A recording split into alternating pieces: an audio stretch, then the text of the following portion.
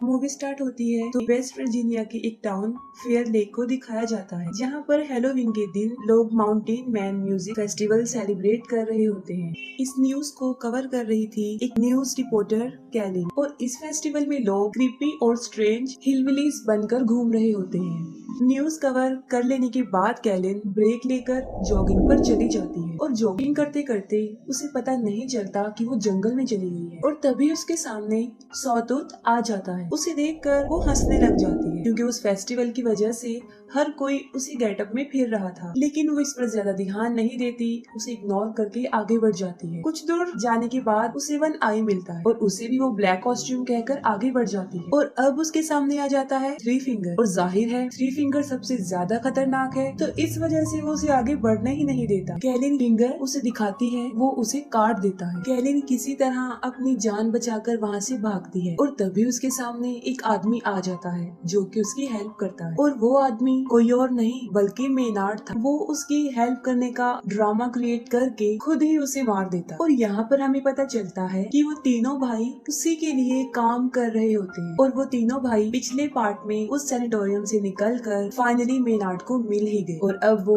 उसी के साथ रहते हैं, उसी के लिए काम कर, क्योंकि वो भी इन जैसा ही है, एक सीरियल किलर है और मारने के बाद लोगों को खा जाता है। इसके बाद वो एज यूजुअल जो उनकी हैबिट है वही करते हैं, यानी वो कैलिन की बॉडी को अपने केबिन में ले जाकर काटना शुरू कर देते हैं। और वहीं पर मेनार्ड उन्हें डांटता है, उन पर गुस्से होता है, क्योंकि वो सबूतों को ठिकाने नहीं लगाते थे, और वो तीनों उससे डर कर रहते। इसके बाद हमें 5 कॉलेज फ्रेंड्स दिखाए जाते हैं, और वो भी उसी माउंटेन मैन म्यूजिक फेस्टिवल में जा रहे होते हैं। और रास्ते में जानबूझकर मेनार्ड उनकी कार के सामने आ जाता है, और उसको बचाने की वजह से उनकी गाड़ी क्रैश हो जाती है और एक ट्री में जाकर लग जाती है। और मेनार्ड उन्हें ऐसे शो करवाता है कि जैसे वो उनकी गाड़ी से टकरा गया। लेकिन उन फ्रेंड्स में बिली, जो कि कार ड्राइव कर रहा था, उसे पूरा यकीन था कि कार ने उसे टच भी नहीं किया। और जैसे ही बिली उसे चेक करने के लिए उसकी तरफ बढ़ता है, वो उस पर चाकू से अटैक कर देता है, जिस पर वो तीनों फ्रेंड्स मिलकर उसे पीटना शुरू कर देते हैं। और ये सब कुछ वो तीनों भाई भी देख रहे होते हैं। अभी हिलिगर्स ब्रदर उन पर अटैक करने ही वाले होते हैं कि पुलिस ऑफिसर्स, शेरिफ एंजेला और डिप्यूटी बिग्स वहाँ पर आ जाते हैं। एंजेला उन सबको अरेस्ट करके अपने साथ ले जाती है, और डेप्यूटी बिग्स को टो ट्रक आने तक वहीं रुकने का कहती है।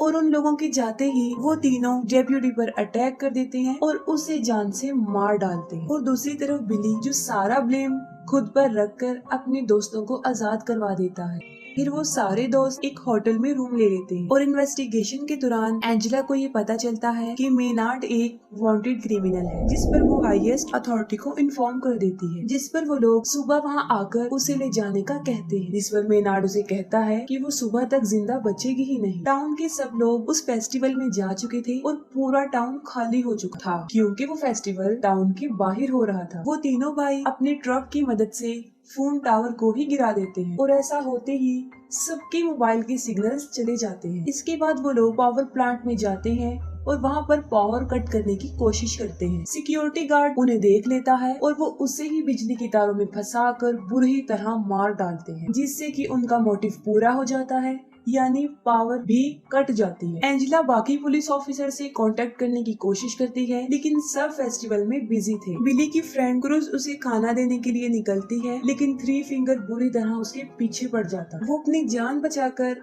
वहाँ से भागने की बहुत कोशिश करती है, लेकिन आखिर में थ्री फिंगर उसे पकड़ के मार डालता है। और दूसरी तरफ उन फ्रेंड्स में जूलियन जा रहा होता है, और वो भी निकल पड़ता है। रास्ते में थ्री फिंगर क्रूज को काट रहा होता है, लेकिन जूलियन की नजर उस पर नहीं पड़ती, और वो बिल्कुल सीधा निकल जाता है। जूलियन पुलिस स्टेशन पहुंच जाता है, और वहाँ पर बिली उससे क्रूज के बारे में ही पूछता है, जिस पर जूलियन बताता है कि वो तो उसके यहाँ पर आने से पहले ही निकल चुकी थी।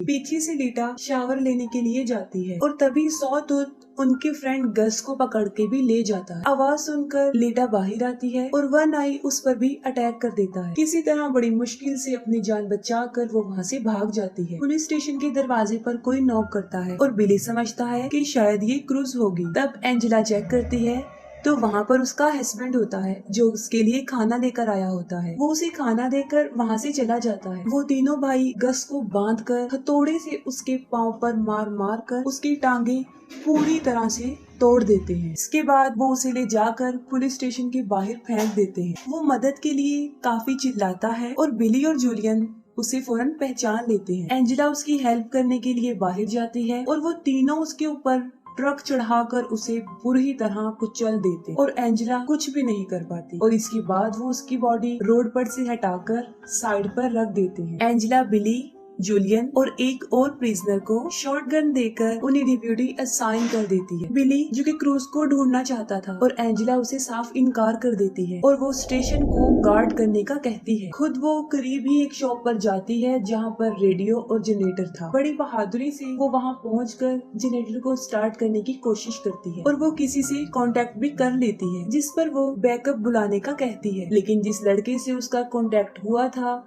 वो सोचता है कि शायद ये कोई हेलोवीन प्रैंक है और वो उसे इतना सीरियस नहीं लेता और इतनी ही देर में लीटा भी पुलिस स्टेशन पहुंच जाती है और दरवाजे को नॉक करती है। वो प्रिजनर बगैर कुछ सोचे समझे गोली चला देता है और गोली की आवाज सुनकर एंजेला चेक करने जाती है और यहाँ पर गुड लक ये होता है कि लीटा को कोई भी चोट नहीं पहुंचती और फिर बिली उससे क्रूज के बारे में पूछता है लेकिन वो भी क्रूज के बारे में कुछ नहीं जानती थी। और फिर बिली जूलियन के साथ क्रूज को ढूंढने जाता है और कुछ दूर चलने के बाद उन्हें क्रूज की बॉडी सड़क के बिल्कुल बीच में पड़ी हुई मिलती है। उसे मरा हुआ देखकर बिली अपने होश खो बैठता है और तभी वहाँ पर थ्री फिंगर भी आ जाता है। वो दोनों उसके पीछे भागने लग जाते हैं और उसके ट्रैप में फंस जाते हैं और पकड़े जाते हैं। और जब बिली को होश आता है तो वो देखता है कि वो फुटबॉल फील्ड में दबा हुआ है, उसका सिर्फ सर ही बाहर था और उसके पास ही जूलियन भी जमीन पर लेटा हुआ था और उसका पाँव जंजीरों से बांधा गया था। अभी वो दोनों वहाँ से भागने का सोच ही रहे होते हैं कि थ्री फिंगर सामने से स्नो ब्लोअर लेकर उनकी तरफ बढ़ रहा होता है। बिली ये देखकर